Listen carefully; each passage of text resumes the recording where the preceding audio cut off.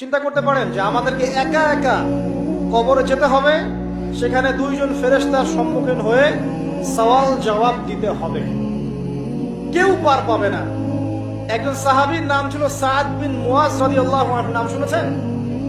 কোন যুদ্ধে শহীদ হয়েছেন কে বলতে পারবেন? 500 টাকা পুরস্কার দিব, বলেন।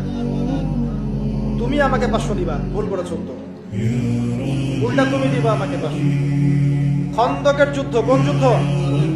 খন্দকের যুদ্ধ। এই যুদ্ধে তিনি শহীদ হয়েছেন। হাতের মধ্যে একটা তীর এসে লেগেছিল, এখান থেকে রক্তটা ছিঁড়ে গিয়েছিল, রক্ত পড়তে পড়তে পড়তে এভাবে তার ইন্তেকাল হয়ে যায়। এবং নবী সাল্লাল্লাহু আলাইহি ওয়াসাল্লামের অত্যন্ত প্রিয় ভাজন সাহাবী ছিলেন সাদ বিন মুয়াজ রাদিয়াল্লাহু আনহু, আনসারী সাহাবী। তিনি যখন মারা গেছেন, শহীদ হয়েছেন, নবী সাল্লাল্লাহু আলাইহি ওয়াসাল্লাম বলছেন আল্লাহ পাকের আরশ কেঁপে উঠেছে। তার মৃত্যুতে আল্লাহর আরশ কেঁপে উঠেছিল, সুবহানাল্লাহ। এবং 70,000 ফেরেশতা তার জানাজার নামাজে শরীক হয়েছিল। নিঃসন্দেহে তিনি জান্নাতি, তাই নয় কি? এই সাহাবীর কবরেও কবর তাকে চাপা দিয়েছিল।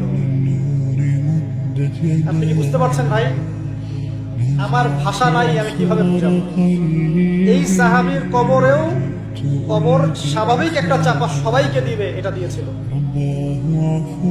অতএব মানুষের সামনে অপেক্ষা করছে মউত এবং কবর, তারপরে সওয়াল জবাব। হয় কবর হবে জাহান্নাম, না হলে জান্নাত।